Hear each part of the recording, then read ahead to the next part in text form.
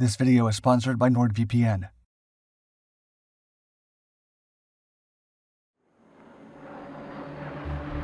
In the tumultuous era of the 1960s, seasoned pilots, even those fresh from commanding the nimble F-86 Sabre, found themselves awestruck by the imposing presence of the Air Force's latest aerial marvel, the F-105 Thunder Chief. This iron beast boasted an external payload capacity that defied even the wildest expectations, with a steel compartment capable of storing up to 16 750-pound bombs on shorter missions. And no matter how high the pilots leaped or how far they stretched, they couldn't reach the edge of the air intake. The enormous aircraft was destined to make a difference in the Vietnam War, but eventually struggled with design and engine problems that resulted in a higher rate of loss than usual. Even so, their powerful thrust enabled supersonic capabilities, allowing them to often leave enemies behind. It wasn't until later in the decade that the Wild Weasel program put the Thunder Chiefs in the spotlight, outfitting them with advanced electronic equipment and anti-radiation missiles. Now, the largest single-engine combat aircraft in Vietnam had to prove its worth by protecting American forces and always being the first to enter and the last to exit, even in the most treacherous circumstances.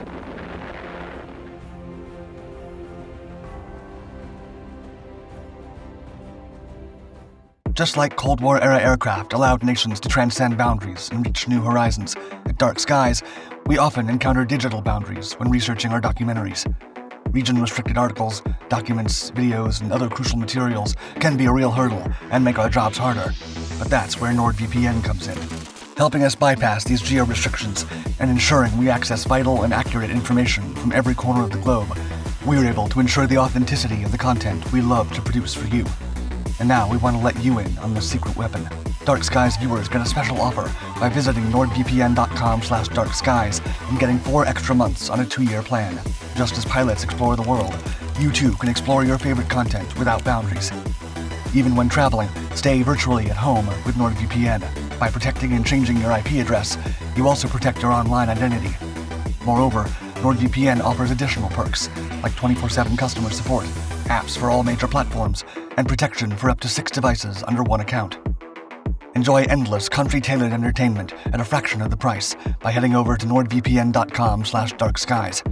They have a 30-day money-back guarantee, but believe us, you'll be able to navigate the digital space with 0 risks.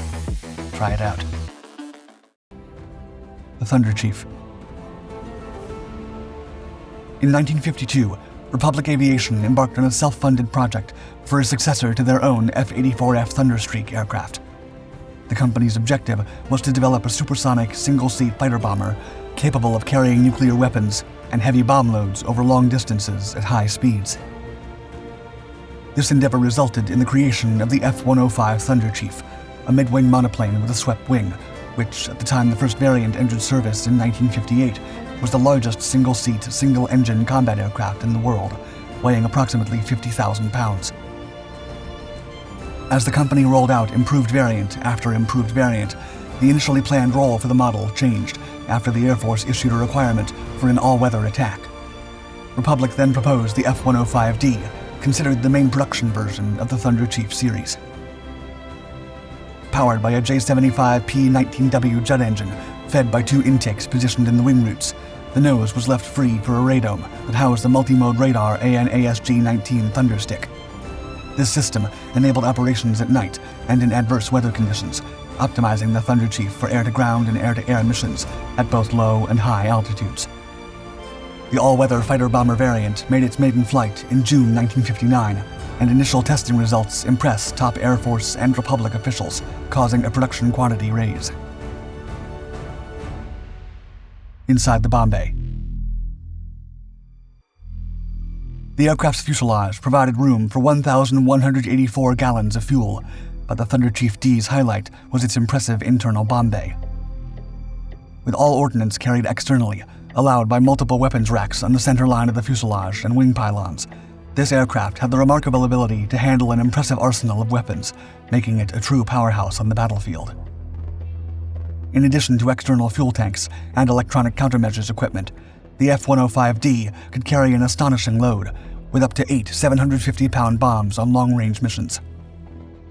Meanwhile, on shorter missions, The Thunder Chief could carry an astounding 16 750-pound bombs, or opt for alternative combat loads, such as 2 3,000-pound bombs or 3 drop tanks. This versatility gave the F-105D immense flexibility in adapting to different requirements. In addition to its bomb-carrying capacity, the pilots had access to Martin AGM-12 bullpup air-to-surface missiles, 2.75-inch rocket pods, napalm canisters, and 4 AIM-9 Sidewinder air-to-air missiles for further protection. Aboard the aircraft was also an effective M61A1 Gatling-type 20mm cannon for both air-to-air combat and ground strafing. Because the F-105D could carry the weapons load externally, this freed up the internal bomb bay for additional fuel, allowing the aircraft to take off simultaneously with a maximum ordnance load and a minimal fuel load, ensuring optimal performance during combat missions. Once in the air, mid-flight refueling operations featuring the aircraft's retractable in-flight refueling probe further extended its unmatched versatility and striking power. In June 1961, an F-105D delivered 15,430 pounds of conventional bombs during a United States Air Force test, breaking the record for a single-engine aircraft. This proved the Thunder Chiefs could carry a payload 3 times heavier than American 4-engine heavy bombers that helped the Allies win World War II, like the Boeing B-17 Flying Fortress and the consolidated B-24 Liberator. Facing turbulence. Despite having a unique feature that made it stand out, the F-105 program often risked cancellation. As with previous F-105 models, production blocks resulted in configuration differences that caused maintenance procedures and spare ordering issues. Additionally, in-flight failures were common because of engine problems, even causing 2 fatal accidents. As a result, the entire F-105D fleet was grounded in December 1961 and again in June 1962. Between 1962 and 1964, Project Lookalike, a standardization program, tackled these challenges. Its primary objective was to thoroughly inspect these systems and resolve any issues that arose during the production process, all while the USAF gradually changed the F-105 mission from nuclear interdiction to conventional bombing. Nevertheless, the model's reputation had already suffered irreparable damage, leading to a significant reduction in the initially projected production of 1,500 aircraft. While some test pilots reacted positively to the F-105's responsive controls, a strong performance at high speed and low altitude, the aircraft's offensive capabilities were sarcastically referred to as a triple threat.